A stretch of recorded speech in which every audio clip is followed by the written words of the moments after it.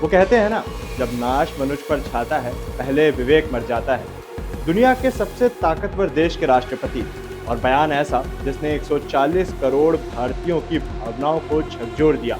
जी हाँ, Donald Trump ने एक ऐसा पोस्ट शेयर किया जिसमें भारत को नरक बताया गया। डोनाल्ड ट्रंप का नरक वाला बयान क्या दर्शाता है? आखिर ऐसा क्या हुआ कि ट्रंप ने भारत की तुलना नरक से कर दी? ट्रंप के इस एक शब्द ने क्यों मचाई पूरी दुनिया में हलचल? नमस्कार, आप देख रहे हैं RNTV नेशनल। मैं हूं ऋषभ आपके साथ। स्क्रीन पर दिख रहा ये एक पोस्ट क्या सिर्फ एक सोशल मीडिया पोस्ट है या फिर इसके पीछे छिपी है इमिग्रेशन, राजनीति और नस्लीय सोच की बड़ी कहानी? एक एक करके बताएंगे आपको, क्योंकि खबर तो ये भी है कि डोनाल्ड ट्रंप के ये शब्द गाहे बगाए हो अल्लाह तो मचा ही रहे हैं। क्या है पूरा मसला, समझिए। दरअसल ट्रंप एक पोस्ट करते हैं। ये पोस्ट किसी को मौन समर्थन है या आधिकारिक, आपके विवेक पर छोड़ते हैं। लेकिन यहाँ ये बताना जरूरी हो जाता है कि ये पोस्ट एक कट्टरपंथी लेखक माइकल सेविज की है। ऐसे में सवाल लाजमी है कि क्या इसे शेयर करके ट्रंप ने उस सोच को पुख्ता किया, उसे मजबूती दी? क्या ये सिर्फ एक सोशल मीडिया पोस्ट है या फिर इसके पीछे छिपी है इमिग्रेशन, राजनीति और नस्लीय सोच की कहानी? चलिए समझते हैं।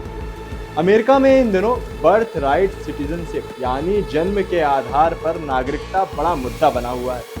इसी बहस के बीच ट्रंप ने माइकल सेविज का एक लंबा पोस्ट शेयर कर दिया। इस पोस्ट में दावा किया गया कि प्रवासी लोग गर्भावस्था के आखिरी महीनों में अमेरिका पहुंचते हैं ताकि उनके बच्चे को अमेरिका की नागरिकता मिल जाए और फिर उसी बहाने पूरे परिवार को भारत, चीन या दुनिया के किसी नरक से अमेरिका लाया जाता है। यही वो लाइन थी जिसने विवाद को आग लगा दी। पोस्ट में सिर्फ भारत को नरक नहीं कहा गया, इस बात पर भी ध्यान देने की जरूरत है, बल्कि अमेरिका के इमिग्रेंट्स पर गंभीर आरोप लगाए गए। कहा गया कि प्रवासी अमेरिकियों की नौकरियां छीन रहे हैं, देश की पहचान बदल रहे हैं और यहाँ अब इंग्लिश भी नहीं बोली जाती। और तो और अमेरिकन सिविल लिबरेशन यूनियन को लैपटॉप वाले गुंडे तक कह दिया गया। यह बयान न सिर्फ आपत्तिजनक था बल्कि बेहद उग्र और विभाजनकारी भी माना जा रहा है। भारत ने इस पर सख्त रुख अपनाया है और अपनी प्रतिक्रिया दी है। विदेश मंत्रालय के प्रवक्ता रणधीर जायसवाल ने कहा, ये टिप्पणियां बिना जानकारी के और अनुचित हैं और ये भारत अमेरिकी संबंधों की असलियत को नहीं दर्शाता। यानी साफ है, भारत ने अपना इरादा मजबूती से रखा, कूटनीतिक भाषा में ही सही, लेकिन असहमति जता दी। विवाद बढ़ने के बाद अमेरिका को सफाई देनी पड़ी। क्यों ना देनी पड़ती, आखिर इतना बड़ा मामला बन गया। तो भारत में अमेरिकी दूतावास के प्रवक्ता ने क्या कहा वो भी आपको बताते हैं। राष्ट्रपति ट्रंप भारत को एक महान देश मानते हैं और वहां उनके बहुत अच्छे दोस्त हैं। समझिए कि अमेरिका के दूतावास के प्रवक्ता बोल रहे हैं कि जो ट्रंप है वो मोदी को अच्छा दोस्त मानते हैं। यानी अब ये सोचिए कि इतने बड़े मुद्दे पर अमेरिका तक भी आंच पहुंची और वहां के दूतावास के प्रवक्ता ने ये बोला कि राष्ट्रपति ट्रंप मोदी जी को अपना बेहद खास मित्र मानते हैं और उनके कहने का ये मतलब नहीं था। हालांकि ये नहीं बताया गया कि ट्रंप ने ऐसा कब और कहां कहा। यानी बयान से ज्यादा अब अमेरिका डैमेज कंट्रोल पर फोकस दिखा रहा है। भारत में विपक्ष ने इसे बड़ा मुद्दा बना दिया है। मल्लिकार्जुन खड़गे ने कहा, मोदी जी के दोस्त नमस्ते ट्रंप भारत को गालियां दे रहे हैं और पीएम चुप हैं। मनीष तिवारी ने कहा, हम 5000 साल पुरानी सभ्यता हैं, कोई नरक नहीं।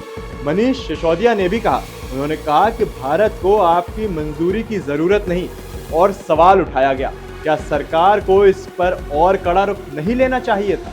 अब जरा आंकड़ों की भी बात कर लेते हैं कि आंकड़े क्या कहते हैं। तो पॉ रिसर्च सेंटर के मुताबिक अमेरिका में भारतीय मूल के करीब 52 लाख लोग रहते हैं, जो कुल आबादी का सिर्फ 1.5% हिस्सा है। लेकिन उनका टैक्स में योगदान लगभग 6% है। ध्यान दीजिएगा, 6%, यानी आबादी से 4 गुना ज्यादा योगदान दे रहे हैं भारतीय। बोस्टन कंसल्टिंग ग्रुप के अनुसार भारतीय मूल के लोगों ने करीब 26 लाख करोड़ रुपए टैक्स के रूप में दिए हैं। यानी सवाल ये है, क्या जिन लोगों पर आप आरोप लगा रहे हैं वही अमेरिका की अर्थव्यवस्था को मजबूत नहीं कर रहे? ये सोचने वाली बात नहीं है क्या? असल में ये विवाद सिर्फ एक बयान नहीं बल्कि अमेरिका की आंतरिक राजनीति से जुड़ा है। ट्रंप और उनके समर्थक मानते हैं कि इमिग्रेशन पर सख्ती जरूरी है, लेकिन विरोधियों का भी कहना है कि ये एक सदी पुरानी परंपरा है जिसको आप खत्म करने की कोशिश कर रहे हैं और इसमें नस्लीय और राजनीतिक एजेंडा भी आप छुपा रहे हैं। तो कुल मिलाकर बात यह है कि भारत, जिसे दुनिया सबसे पुरानी सभ्यता कहती है, जिसके लोग दुनिया की सबसे बड़ी कंपनियों को चला रहे हैं, उसी भारत को नरक कहने वाली सोच क्या सच में अज्ञान है या फिर राजनीति? और सबसे बड़ा सवाल यही है कि क्या ये बयान सिर्फ एक गलती है या फिर बदलती दुनिया में बढ़ती विभाजनकारी सोच का संकेत?